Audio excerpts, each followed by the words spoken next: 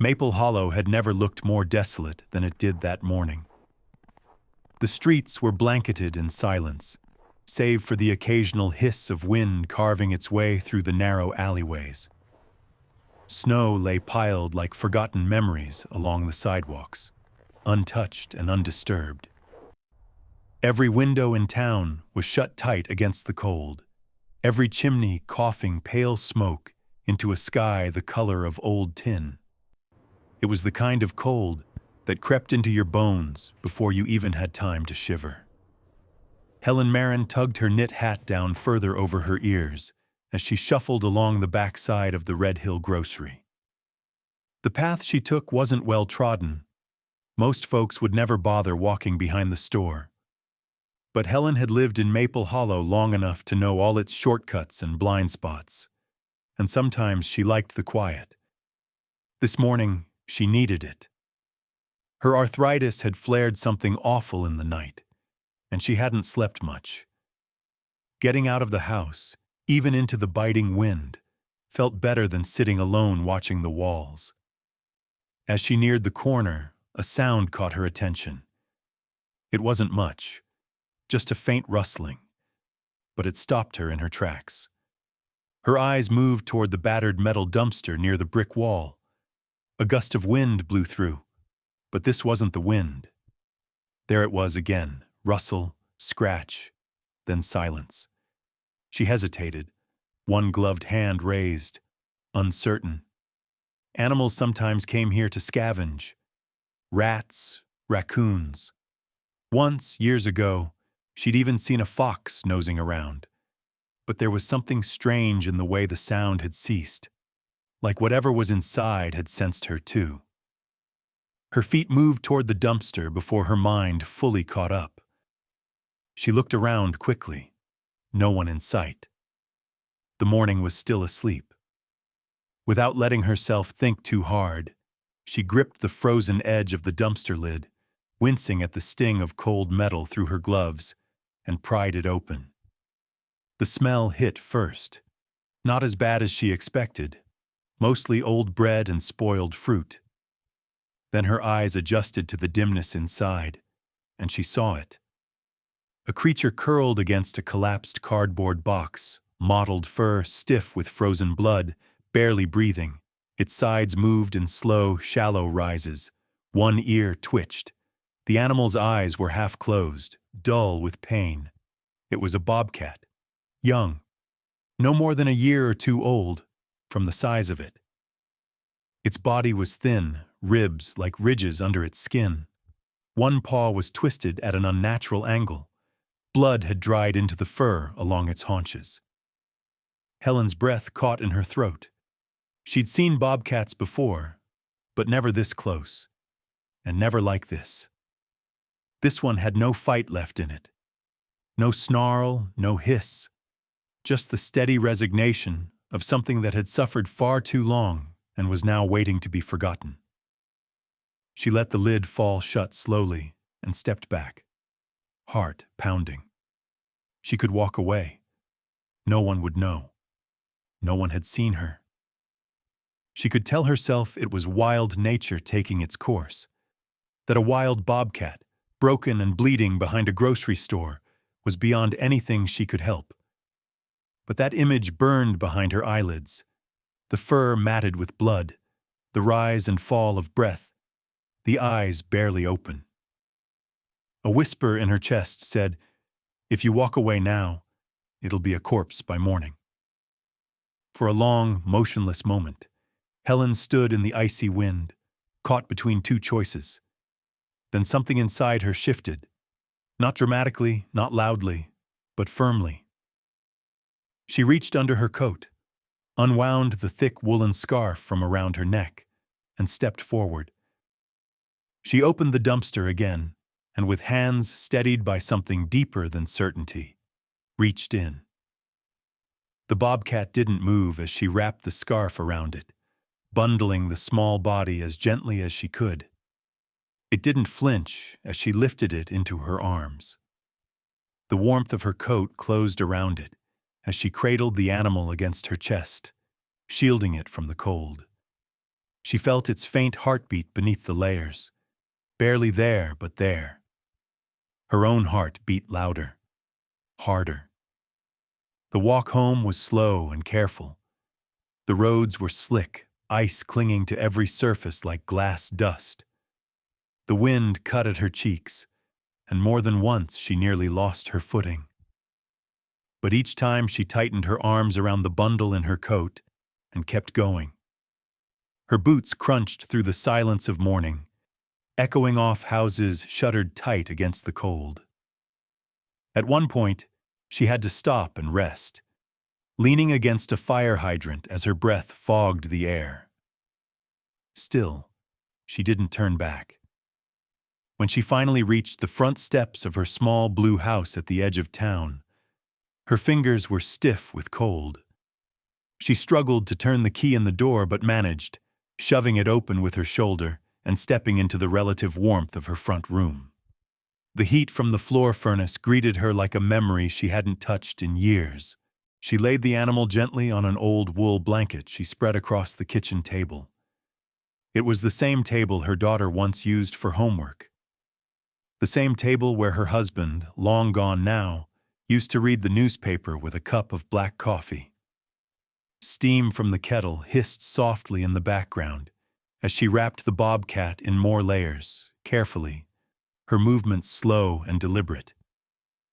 She took the kettle and let warm vapor drift over the bobcat's fur, trying to coax some life back into those fragile limbs. She whispered to it without meaning to, murmurs of comfort that came unbidden. Outside, the snow continued to fall. Inside, in the flickering light of the kitchen, the soft thump of a tiny heartbeat began to grow steadier. And Helen Maren, who had spent years choosing silence, found herself making a decision that would change everything. The wind had not let up by the time Helen had finished wrapping the bobcat in thick towels. It howled around the house like a restless spirit, rattling old windows and whistling through every crack in the frame. Inside, however, her kitchen had become a small haven of warmth and purpose. The old space, once filled with the smells of baking bread and Sunday dinners, now held the sharp scent of iodine and blood, mingled with steam rising from a kettle on the stove. She had pulled every heavy towel she owned from the linen closet. Some had belonged to her daughter, faded now, fraying along the edges, but she didn't hesitate. She layered them over and around the animal's small frame like armor against the death that still lingered close. The bobcat, still unnamed, still a stranger, lay motionless except for the faint rise and fall of its chest. One eye fluttered now and again, but it didn't open. The wound on its back leg had started to seep slightly through the towel, a reminder that this was a fragile, living thing, one that teetered on the edge. Helen's fingers trembled, not from fear now, but from the cold that had finally caught up with her. Her knuckles, already stiff with age, burned with each movement. She had lost feeling in her fingertips as she worked to clean the worst of the animal's injuries, blotting blood from its fur with warm rags, careful not to tug or tear. It was a slow process, made slower by her joints and her caution, but she didn't rush. She couldn't. Her focus narrowed to the rhythm of breath, the damp fur beneath her hands, and the hiss of the kettle behind her. Everything else, the loneliness, the weight of years gone quiet, the echo of her daughter's laughter in the hallway, fell away. In their place came something quieter, something that stirred deep in her chest. Time passed in the gentle rise and fall of minutes. The bobcat didn't cry out. It didn't growl or claw. It simply endured. Eventually, she placed a shallow bowl of water beside the table, but the animal didn't stir. She tried spooning a little toward its mouth, but the effort was in vain. Still, she left the bowl nearby. There was a patience in her now that surprised her. She had spent so long in stillness that this silent tending, felt strangely right. She didn't need it to respond. Not yet. She just needed it to keep breathing. As the afternoon wore on, Helen added a space heater near the table, careful not to overheat the room. She adjusted the lighting so the bulb didn't shine too harshly into the animal's face. These small acts, things no one else would notice, became rituals. A blanket folded just so. A towel turned so the damp side wouldn't press against the wound. The steady refilling of the kettle, ensuring there was always warmth in the air. Outside, the snow piled higher against the porch. The town beyond her street might as well have ceased to exist. No cars passed, no voices called. The world was frozen in place, and she, alone in her quiet house, was holding a fragile line between life and death. Late in the day, something changed. Helen had stepped away to fetch another towel from the dryer when she heard a low, almost imperceptible sound, like the scrape of a boot across tile. She turned, heart hitching, and found the bobcat's eyes open, unfocused but alive. It didn't move beyond that. No attempt to stand, no hiss, no sudden burst of energy, but its gaze was no longer empty. There was pain in it, yes, exhaustion, but also something else, something that shimmered faintly beneath the surface. Recognition. She didn't move closer, didn't speak, just stood, towel in hand, breath held. It was a fragile moment, and she feared any sudden action might shatter it. The bobcat blinked once, slow, then again. Its breathing had changed, slightly deeper, more even. The towel beneath it rose and fell in a rhythm that was no longer erratic. The faint tremors had eased. Its body no longer looked like it was fighting just to stay alive. It had made it through the worst of the cold.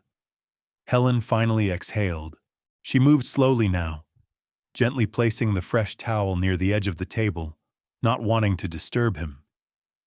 She didn't know if the animal was male or female, young or old in wild years, only that it had endured something terrible.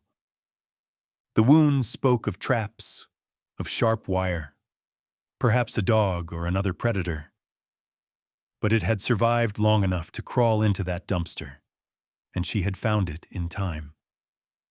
That night, Helen sat in her armchair by the window, unable to sleep. Outside, the wind had finally softened.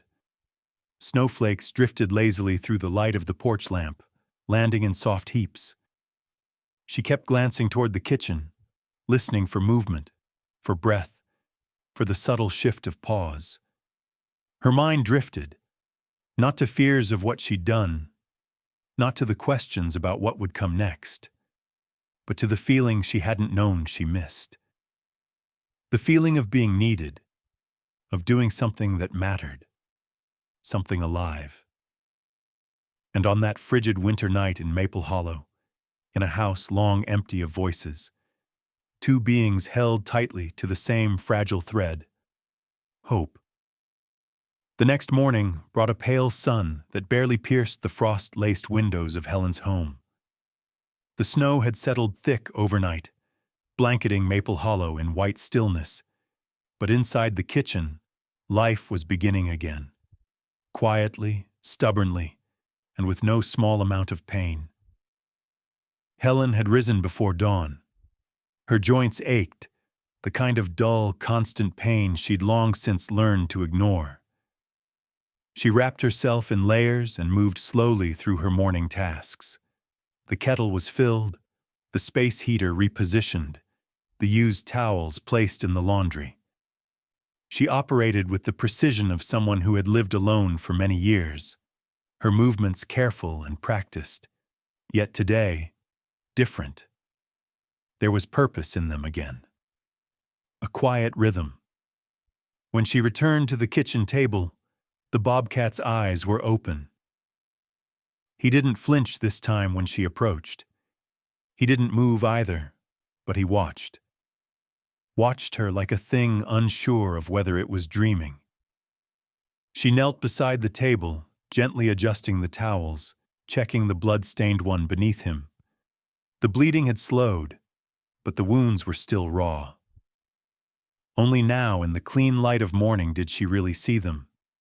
Not just the fresh injuries, deep gashes along the leg, bruising around the ribs, torn patches of fur, but older scars. Thin silver lines tracing across his flank, a chunk missing from one ear, faded, healed slashes beneath his front paw. Wounds not just from this week, or even this winter. These were the stories of a life lived on the edge for far too long. He had known cruelty. She could feel it in the way he didn't resist her touch, not because he trusted her, but because he had learned that resistance brought worse. That kind of stillness didn't come from wildness. It came from surviving things no creature should. Helen lowered her head beside the table, exhaling slowly. Her eyes remained fixed on one scar in particular, a curved one along the ribs that looked like it had been torn open, then healed badly. She didn't know what had caused it. A fence, maybe, or claws, but it reminded her of something. Years ago, in another lifetime, her daughter had scraped her knee on the edge of a rusted swing set. It was summer, and they had been in the park, and it had taken a dozen stitches to close. Helen had sat beside her that night, holding a washcloth to her forehead as the little girl cried herself to sleep. The scar had stayed for years, a reminder of play turned painful. She hadn't thought about that night in so long. But now, looking at this broken, quiet creature on her table, she felt those memories rise again like steam from the kettle. Unbidden, unwelcome, but insistent. Her daughter's laugh, the scent of her shampoo, the way she used to hum to herself in the bath. Then the hospital room. Then the stillness. Helen closed her eyes. She hadn't cried in years. She didn't now, but she felt something shift inside her, something heavy and long untouched. She reached for the old ceramic dish and filled it with fresh water again, sliding it closer to the bobcat's head. His ear twitched. After a long moment, his tongue flicked out, slow and uncertain, touching the surface of the water. He drank. It wasn't much. Barely a few laps. But it was enough. Enough to make Helen's hands pause mid-motion, her breath catch. She watched, unmoving as he lay still again, eyes closing once more, but not from surrender, this time from exhaustion. He was fighting. That night, as she sat in the dim glow of a lamp, she found herself whispering a name aloud. She hadn't planned to. It just came. Rook. The word hung in the air for a moment. She didn't explain it, not even to herself. But somewhere deep in her memory, she saw a chessboard.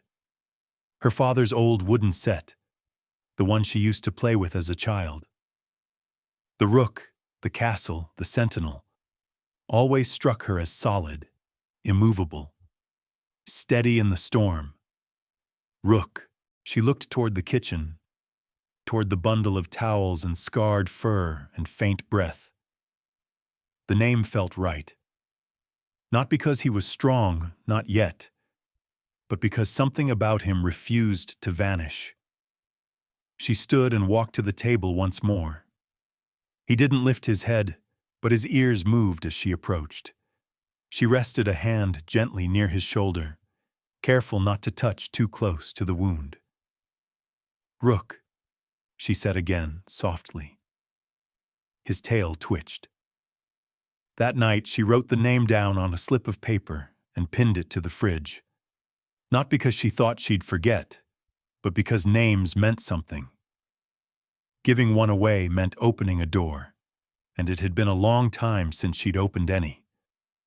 And though no one else would see it, Though the town still knew her only as the quiet woman at the edge of town, something had changed.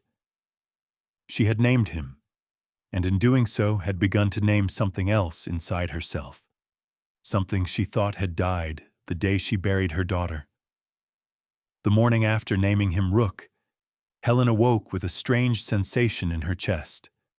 Not pain, not exactly, but the familiar weight of decision pressing just beneath the surface. The storm had passed in the night, leaving Maple Hollow beneath a blanket of fresh snow, the trees brittle with frost, icicles hanging like daggers from eaves and fences.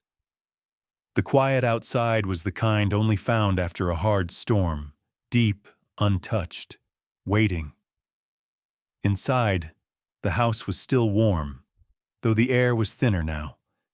The heat from the floor furnace had struggled through the night, but it had done enough. Helen checked on Rook first thing, stepping softly into the kitchen with the kind of care reserved for church pews and sleeping children. He was awake. Not alert, not healed, but aware. His eyes followed her this time. There was something unnerving about it, the way those amber eyes tracked her movements without fear or panic, just focus. They didn't plead, they didn't threaten. They simply stayed locked on her, as if watching her was the only thing he trusted to keep him alive. She cleaned his wounds again, carefully replacing the damp towels. The legs still looked bad, too swollen to be ignored. Infection was a threat. She had done what she could with warm compresses and antiseptic, but it wasn't enough. She needed help. By midday, Helen had packed him into a laundry basket lined with blankets and towels, the kind used for carrying old quilts in the spring. She bundled Rook tightly, securing him with a thick wool scarf and an old leather belt looped around the handles. He didn't fight her. That part frightened her most of all. The drive into town was slow, cautious.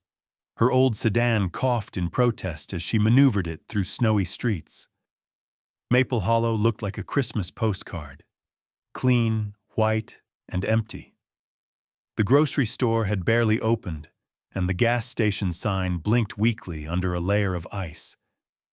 She passed the post office and the bakery. Their windows shuttered. Only the vet's office had smoke curling from the chimney. Dr. Miller was already inside, his truck parked at a crooked angle in the lot. Helen parked beside it and sat still for a moment, her hands on the steering wheel, watching the slow movement of her breath against the windshield. This was the part she feared most. Not the vet, but the system, the questions, the rules, the moment when someone else might take the choice from her. Still, she lifted the basket and walked inside. Dr. Miller was in his early 50s, gray at the temples, tall and quiet. He had known Helen for years, though they had never shared more than a few polite words at town gatherings, or when she came in to refill flea medication for the stray cats that passed through her yard. He didn't ask why she was there, just looked down into the basket and raised his eyebrows. Wild, he muttered under his breath. She said nothing, only stepped back as he carried the basket into the exam room. For a long while, she stood by the front desk, listening to the rustle of gloves, the creak of a stool, the shifting of metal instruments. Finally, he called her in. Rook lay on the table, silent as ever, one paw loosely extended. Dr. Miller had cleaned the wounds and started a saline IV. The leg was worse than she'd feared. Torn ligaments, maybe even fractured bone. Miller removed his gloves slowly and folded his arms. His expression was calm, but firm. "You know keeping a wild bobcat's illegal," he said. "They're classified. Federal protection. Injured or not, he needs to go to a rehab center. There's a place outside Ashridge. They'll come pick him up." Helen didn't answer right away. Her eyes drifted to Rook, who lay motionless except for the faint twitch of his tail. Then, as if sensing her gaze, his head shifted. Slowly, painfully, their eyes met. That look. It wasn't desperation. It wasn't trust. It was something more complicated, like recognition. As if, in some quiet part of himself, he had decided she wasn't just another human passing by. As if he had chosen her. Helen swallowed hard. Her voice, when it came, was quiet. What if he doesn't make it there? Miller sighed. They're equipped. What if he doesn't want to leave? She looked back at Rook, who hadn't moved, but his eyes remained fixed on her, a tether drawn tight across the cold space of the room. Dr. Miller hesitated. Then finally he shook his head. I can stall, he said. A few days. He's got a shot if he stays warm and calm. She nodded. It wasn't permission, but it was time. Enough for now. Helen gathered Rook back into the basket and returned home, driving slowly once more through the sleeping town. As she pulled into the driveway, she paused a moment longer than usual, the engine still humming beneath her. Her eyes drifted to the passenger seat. He hadn't stopped watching her. She'd known people who could speak entire truths with a glance. Her daughter had done that, one look, and Helen knew if it had been a good day or a terrible one. Her husband, too, in his final months. Sometimes words weren't needed. And now, this wild, half-broken creature, with eyes that didn't beg but refused to let go. He'd made a choice. So she made one too. By the time Helen got Rook back inside, the house felt different. Not just warmer from the lingering heat, but fuller, like the silence had started to shift into something that listened back. The kitchen was no longer just a kitchen. It was a recovery room, a sanctuary, and maybe even the fragile beginning of something like companionship. She set the laundry basket on the floor beside her armchair and began preparing a space for him. The corner near the furnace, where the light fell softest in the afternoons, seemed right. She cleared out an old knitting basket and unfolded layers of towels and 2 thick comforters. From the cedar chest in the hallway, she pulled an afghan that had belonged to her mother, worn and patched in several places, but still warm. She arranged everything slowly, methodically, like she was laying down a prayer. Rook was too weak to protest the move. She slid him from the basket into the prepared nest, careful of his injured leg. He let out a low sound, not quite a growl, more like a breath that had learned to defend itself. But he settled, sinking into the warmth, eyes drifting half-closed. Each hour after that was measured in tiny victories. Helen sat near him through the day, sometimes reading with one eye on the page, sometimes just listening to the wind tap against the windows. When he stirred, she'd adjust the blanket, refill the water dish, or check the bandages. The IV bag Dr. Miller had sent home hung from a wooden coat rack she hadn't used in years. It dripped slowly, steadily, and Rook barely seemed to notice. Feeding him became its own ritual. At first, he refused everything: raw chicken, softened kibble, even bits of ham she sliced thin as paper. But on the second afternoon, she mashed boiled chicken with a bit of broth and coaxed a spoonful between his teeth. He chewed once, swallowed, licked his lips. Progress. By the third day, he was eating in slow, tired bites. She fed him with a spoon, inch by inch, wiping his chin gently when the food dribbled down. Sometimes he looked at her afterward with those half-lidded eyes, and she wondered if he understood what she was doing, if he remembered the dark, metal stink of the dumpster, if he felt the warmth now as more than just heat, if he knew what comfort was. She didn't speak to him often. Words felt too heavy, too sharp in the quiet space they shared. But she did hum sometimes, old lullabies she barely remembered knowing, bits of melody that floated through the air like dust motes. He didn't react, not exactly, but he didn't pull away either. A few times a day she opened the curtains just enough to let in light. Snow still covered everything, though the sun had begun to melt its edges. Maple Hollow was stirring again. Cars passed in the distance. Children's footprints marked the sidewalks. But Helen stayed inside, focused on the slow recovery unfolding in her living room. It was during one of these quiet afternoons that she heard a soft knock at the door. Not urgent, just curious. She rose, hesitating. Visitors weren't common. She cracked the door open and found Mrs. Danner from 3 houses down, standing with a plastic container in her gloved hands. "I made too much soup," the woman said, shifting her weight awkwardly. "Thought you might like some." Helen blinked, surprised.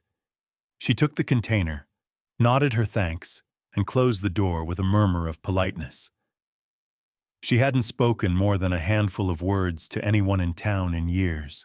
Only later did she realize Mrs. Danner's car had been parked across the street earlier that day, right in view of her front window. And her window, she remembered with a sudden chill, looked directly into the living room, where she had been feeding Rook by hand. That night, as she sat in the armchair again, Rook stirred in his nest. He didn't rise. He still couldn't, but he turned his head, watching her with a gaze that had grown steadier. He wasn't growling anymore. He didn't curl away when she touched his paw to change the wrapping. And as she leaned back, the flicker of movement at the window caught her attention. A flash, brief but unmistakable. Someone with a phone. Camera raised, then gone. She said nothing, but her pulse quickened. The next morning, when she logged into her old Facebook account, a dusty thing she barely used, she found it. A photo, taken from the street, zoomed in through her window. Helen, gray-haired and hunched in her thick cardigan, spoon-feeding a wild bobcat resting in her living room. The caption read, "Is this real life in Maple Hollow?" Comments were already climbing. Dozens of them. Some laughing, others curious, one or two concerned. Helen stared at the screen, unmoving. She turned to look at Rook. He was sleeping now, curled slightly, one paw stretched toward the heat vent. He looked content, as if this small room, this fragile warmth, was enough. Outside, the world was beginning to talk, but inside, everything was still. And in that stillness, Helen Maren, once forgotten, once quiet, sat beside the animal that would unknowingly change everything. The photo spread faster than Helen could have imagined. By the time she checked her account the next morning, it had already been shared dozens of times. Comments poured in, curious, amused, alarmed. Some marveled at the idea of a woman living alone nursing a wild bobcat in her home. Others questioned her judgment, the legality, the risk. But beneath the noise was something else. Interest. People were paying attention. She hadn't asked for that. She hadn't planned to be seen. But the world had peeked in through her window, and now it was watching. Still, Helen's focus remained on Rook. He was improving, gradually, subtly. Each morning, he moved a little more. His eyes followed her with greater clarity. His appetite grew. By the end of the week, he could sit up, head swaying slightly from the effort. His injured leg remained wrapped, but the swelling had eased, and the deep wound on his side no longer bled. Helen spoke to him more now, not because she expected answers, but because the silence between them had begun to shift into something resembling companionship. She told him about her garden, long buried under snow, about her daughter's favorite songs, about the way winters used to feel heavier, lonelier. Rook never responded, but sometimes, when she spoke, his ears twitched. One afternoon, a soft knock came at the door. This time it was Abby Fielding, a younger woman who ran the local hardware store. She stood with a box in hand, cheeks flushed from the cold. "Thought you might need this," she said, holding out the box. Inside were blankets, gauze, and a jar of powdered glucose. "Saw the picture online." Helen took the box slowly, her hands trembling more than usual. Abby gave a shy smile before disappearing back down the path. The next day, a retired nurse brought salves and ointments. 2 teenagers came by with canned food they'd pooled their allowance to buy. Then came a woman Helen didn't recognize at all, who had recently lost her dog and simply wanted to sit near Rook for a moment. She stayed on the porch, crying softly into her scarf. The trickle became a stream. Neighbors Helen hadn't spoken to in years began arriving, not out of spectacle but with offerings, folded towels, heating pads, even children's books about animals. One woman offered to build a raised wooden platform so Rook could lie closer to the window without straining his bad leg. A retired carpenter showed up the next day and installed it himself. Helen never asked for help. It just kept coming. Someone, she never found out who, created a small event on Facebook, Healing with Rook, a gathering for people in town dealing with loss, hardship, or grief. The idea was simple. Come sit on the porch, bring cocoa or coffee, and share space near a creature that had clawed its way back from death. Helen considered saying no, but something about the phrase stuck with her. Healing with Rook. It wasn't just the town, she realized. She'd been healing too. So when the first snow-muffled Sunday arrived and people began to appear at the edge of her yard, she made a pot of tea and brought out 2 old patio chairs. Then she opened the door. Rook didn't bolt. He didn't panic. He stood, wobbly and unsteady, but with more strength than she'd seen in him yet. He walked to the edge of the living room, then paused at the threshold.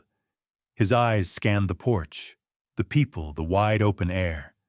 Then, with a quiet certainty, he stepped outside. The moment was almost too quiet. No gasps, no applause. Just stillness, the kind that makes people instinctively hold their breath. Sunlight spilled across Rook's fur, catching on the healed patches and the faint ridge of his spine.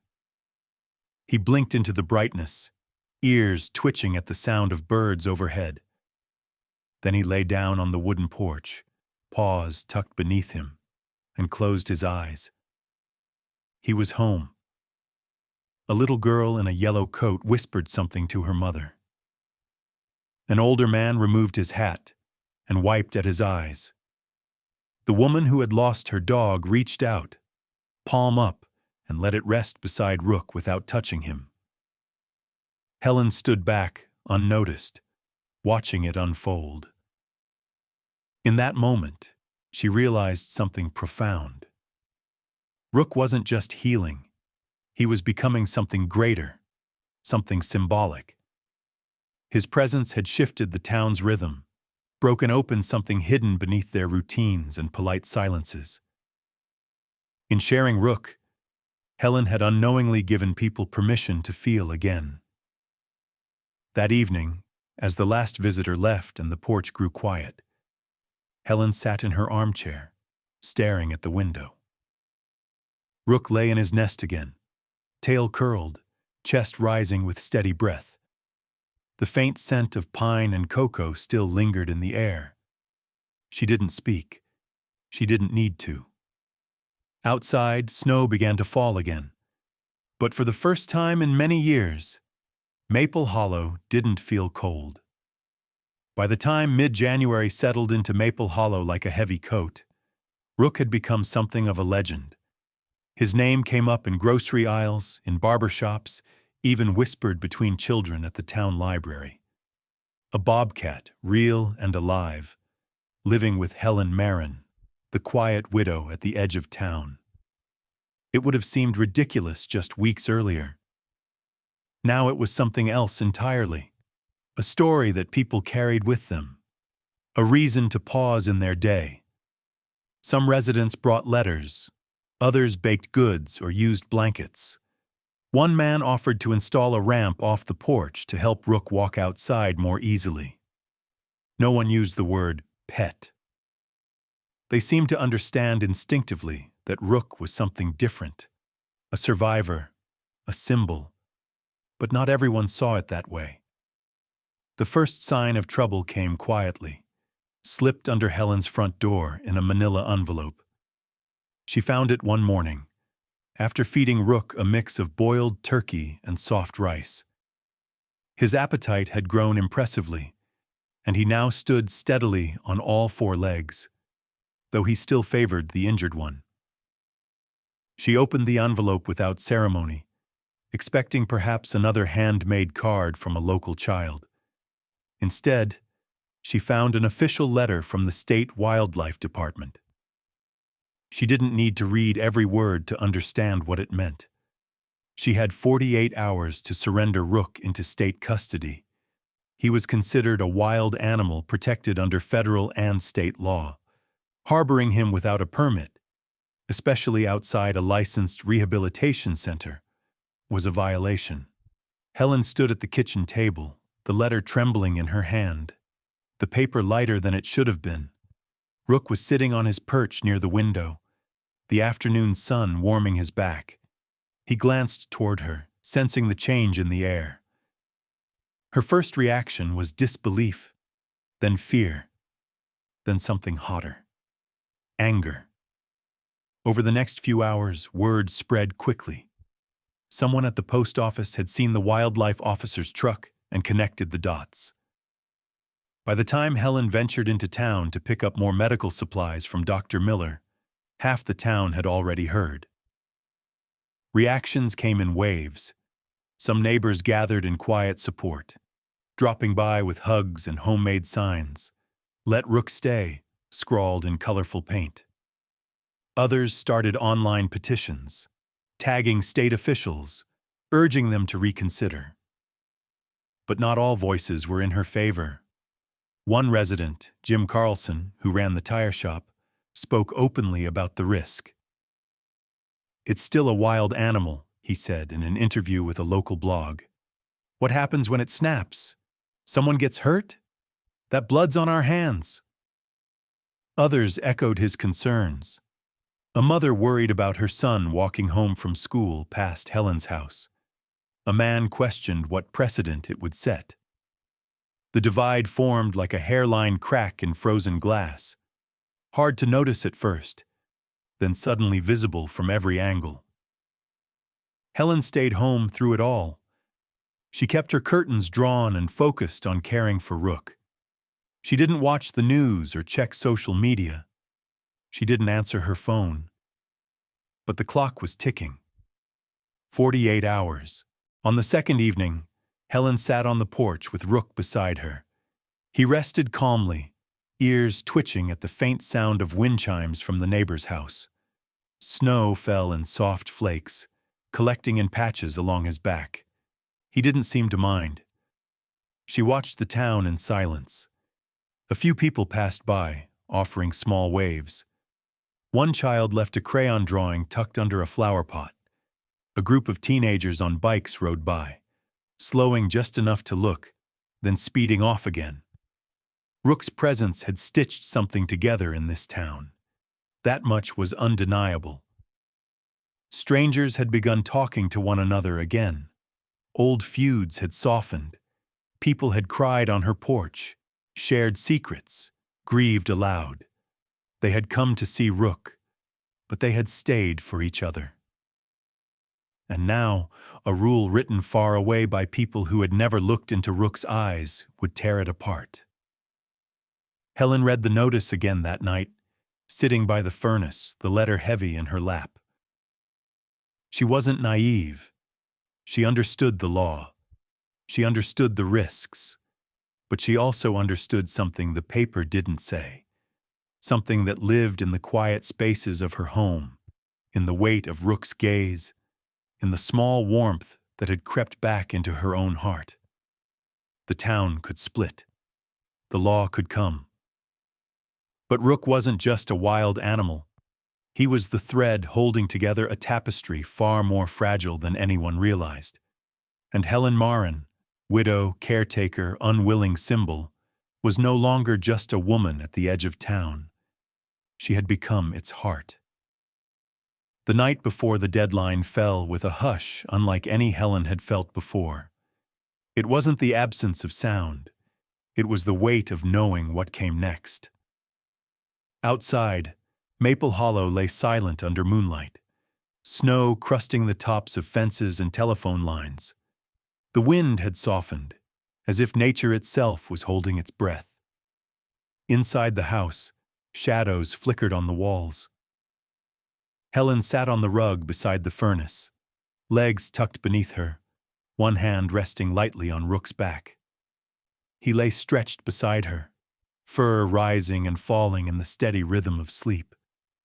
The fire warmed the space between them, casting a soft glow that danced in the dark.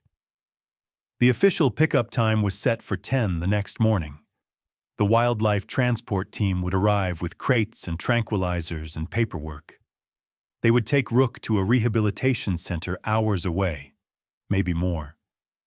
There would be tests, evaluations, cages. If he passed all of it, he might be released into the wild again. If not, Helen pushed the thought away. She focused instead on the present, the small, quiet miracle lying beside her.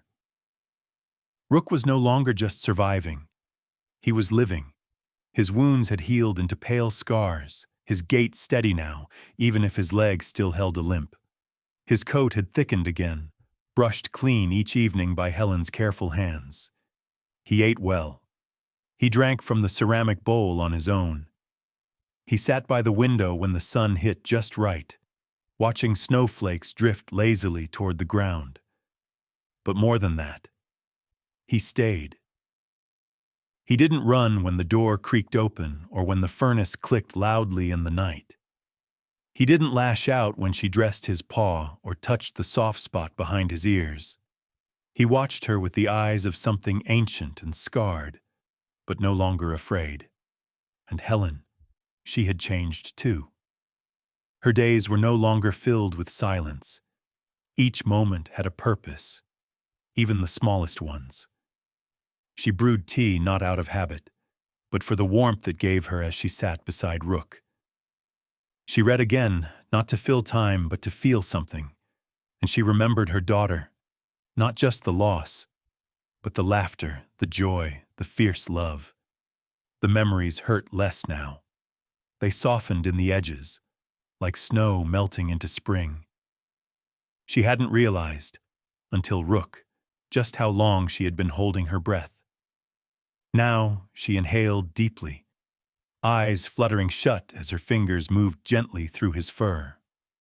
The motion was meditative, grounding. She remembered the moment she'd found him, half dead in the dumpster, breath so faint she'd questioned if she was too late. That had been the first moment in years she had made a decision that wasn't about survival. It had been about choosing to stay. That same decision hovered over her now. It had come full circle. Only this time, it wasn't about lifting a broken creature from a dumpster. It was about whether she'd let him be taken away, whether she would obey quietly and retreat again into silence, or whether she would resist, stand firm, even if her voice shook. She looked at the clock. Nearly midnight. Rook stirred, shifting closer, his head nudging against her leg. He made a low, rumbling sound, half purr, half growl, but unmistakably peaceful. Her eyes welled, not with panic, but with gratitude. For his breath, for his warmth, for the lesson his presence had given her. Outside the window, a soft glow appeared. A lantern, then another, then headlights. One by one, townspeople had begun to arrive. She stood slowly and moved toward the door. From the porch, she could see them gathering in the dark. Blankets draped over shoulders, mugs steaming in mittened hands. They brought folding chairs and signs. One read, "Let Rook heal here." Another simply said, "We choose love." They weren't shouting. They weren't demanding. They were just staying. Helen didn't cry. Instead, she stepped off the porch and walked toward them, the snow crunching beneath her boots. She looked at each of their faces, neighbors, strangers, people she hadn't spoken to in decades. And without saying a word, she sat down on the first empty chair. A few minutes later, someone brought her a cup of tea. And Rook, as if sensing the shift, padded slowly out of the house and curled at her feet. The crowd didn't cheer. They simply exhaled together, a collective breath they didn't know they were holding. Helen reached down, her fingers brushing Rook's neck. She had been asked once, quietly in her own thoughts, whether one choice could change everything. Tonight, she had her answer. Yes. Morning came slowly, as if the sun too was unsure of what the day would bring. A pale orange light stretched across the horizon, casting long shadows over Maple Hollow. The snow on the ground shimmered faintly under it, untouched in places, trampled in others. The cold remained, but it no longer felt biting, just present, like a breath you could see. By 7 a.m., the street in front of Helen's home was no longer empty. Word had spread. Photos of the quiet vigil had made their way online overnight. People came with thermoses of coffee, folding chairs, wool blankets, and handwritten signs. A few local reporters arrived, staying respectfully distant, jotting notes, some with cameras, others with phones held low and quiet. But it wasn't a spectacle. It was something softer, truer. It was a town deciding what mattered. Helen watched them from her window. Rook lay beside her, his body warm and steady, eyes closed but not in sleep. He was calm in a way that felt rooted. His fur had grown back in patches that were once raw, and his strength had returned, visible now in the way he held his head, in how he moved with purpose, not pain. She could feel it. Something had shifted. Not just in him, not just in her, in everyone. When the wildlife officers arrived just before 10, the crowd didn't shout. They didn't block the path or hold signs in their faces. They simply stood together, shoulder to shoulder, lining the walkway to Helen's porch. The officers, 2 of them, both young, hesitated. The taller one stepped forward, clipboard in hand, scanning the sea of silent faces. He read the signs, saw the blankets, the thermoses, the tearful smiles. He looked toward the porch and saw Helen standing in the doorway, Rook beside her like a sentry. He didn't say a word. Instead, he turned back toward his vehicle. That was when something unexpected happened. Dr. Miller arrived. He walked straight through the crowd, nodding once to Helen before producing a sheaf of papers from inside his coat. Veterinary evaluations, medical reports, a formal request, signed and dated, for continued supervised rehabilitation, under his license, within town limits. He said nothing either, just handed the documents to the officer and waited. For several long minutes, nothing moved but the breath of the town. Then the officer glanced at his partner, exchanged a brief look, and finally gave a small nod. They left the clipboard in the mailbox and drove away. No one cheered, no one clapped. It wasn't the kind of victory that needed noise. It was a moment stitched together with presence, with unity. A moment Maple Hollow would carry for a long time. The following week, the town council voted unanimously to pass an ordinance allowing limited wildlife rehabilitation within Maple Hollow, under direct veterinary oversight, with case-by-case approval. It wasn't a sweeping legal change, but it was a precedent, and it began with Rook. They declared February 10th Rook Day, a celebration not of wild animals or loopholes, but of healing, of second chances, of staying when leaving would be easier. The library hosted a children's story time themed around animals in recovery. Local artisans created paintings and wooden carvings of Rook, which were displayed in the community center. The school organized a writing contest on the topic, What Rook Taught Me. Even the bakery joined in, selling sugar cookies shaped like paw prints. But the real change wasn't in the events or the paperwork. It was in Helen. She no longer walked through the grocery store unnoticed. Strangers stopped her to ask how Rook was doing, or to tell her about their own losses, their own quiet battles. Some simply offered a hand on her arm or a nod of thanks, and her house, once known as the loneliest corner of town, had become a gathering place. People still dropped off blankets and supplies, but more often they stayed, sat on the porch, talked, grieved, laughed. Some brought books to read aloud. Others came just to sit near Rook and feel for a little while the weight of the world soften. Helen often found herself watching from the window, hand wrapped around a warm mug, heart filled with a kind of peace she hadn't known she was missing. Rook never left. He had the strength now. He could have wandered into the woods, vanished into the hills. But he remained, choosing again and again to stay close. Some said he was tame. Others believed he understood something the rest of them couldn't. But Helen knew. He stayed because she had stayed. Because in that first moment, cold and desperate behind the grocery store, she hadn't walked away.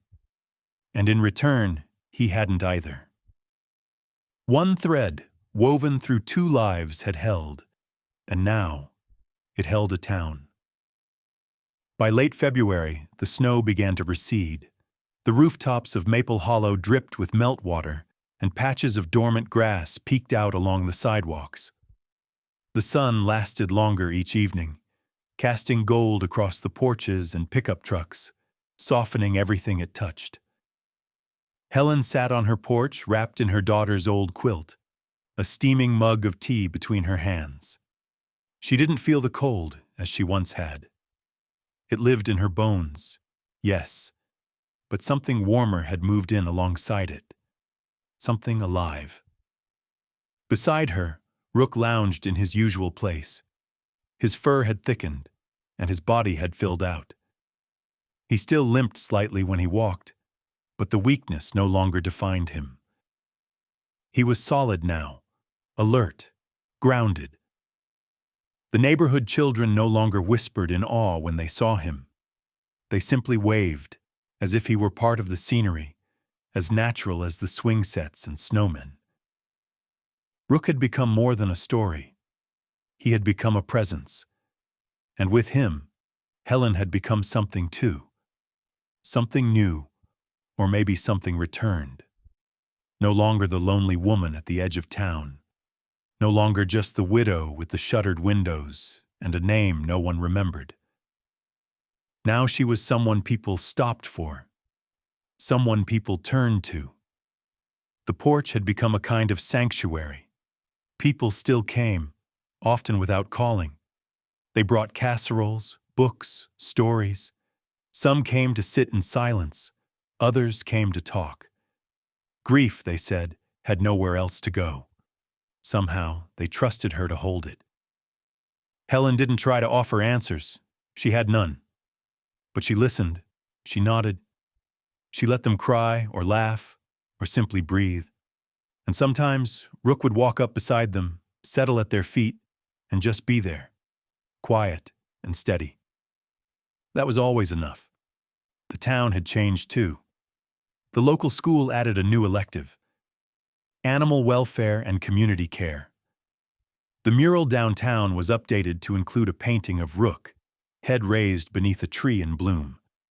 And at the public library, a small display had been placed in the entrance: photos of Rook's recovery, quotes from residents, and a framed print of the now famous image: Helen spoon-feeding a wild bobcat by her kitchen window. They called it the Heart of the Hollow. Then came the community gathering. It was held on the last Sunday of February, just as the thaw began. They set up folding chairs in the town hall. The walls were decorated with drawings, thank you cards, and poems written by children. People brought crock pots of stew and homemade bread. The scent of cinnamon and pine hung in the air. It wasn't a celebration exactly, not a party, not a rally. It was quieter than that. It was a gathering of people who understood what it meant to lose and what it meant to stay. Helen had hesitated to speak. She wasn't one for stages, but the town had asked, gently and often.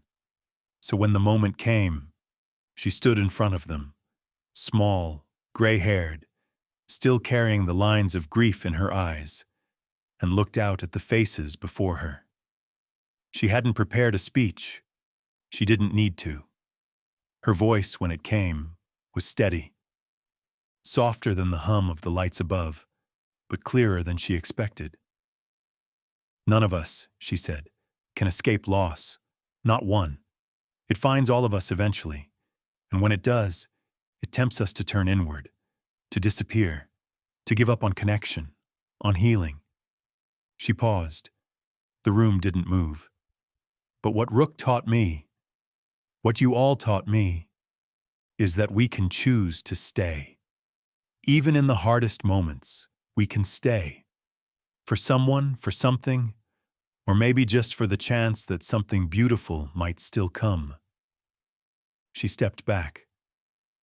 A long silence followed, then quiet applause, more reverent than loud, like the kind you hear at the end of a hymn. Later that evening, Helen returned home. The sun had begun to set, casting long shadows across the porch. Rook sat beside her again, his eyes on the horizon, ears twitching at the sound of children's laughter down the street. A group of them played tag in the snowmelt, boots sloshing through puddles, their voices bright and unburdened. Helen leaned back in her chair, letting the warmth of the moment settle over her like another blanket. She didn't speak. She didn't need to. She had stayed. And because she had, so had Rook. Together they had become a story, but more importantly, they had become a reminder. That healing wasn't loud. That survival wasn't always about strength. Sometimes it was about presence, about choosing not to walk away, about sitting in the silence until it broke open into something new. And as the sky faded from orange to blue, Helen Maren, the woman who once walked past a dumpster and stopped, closed her eyes with peace in her chest. Because in the quiet, in the snow, in the warmth of a house once too still, she had chosen love, and love finally had stayed.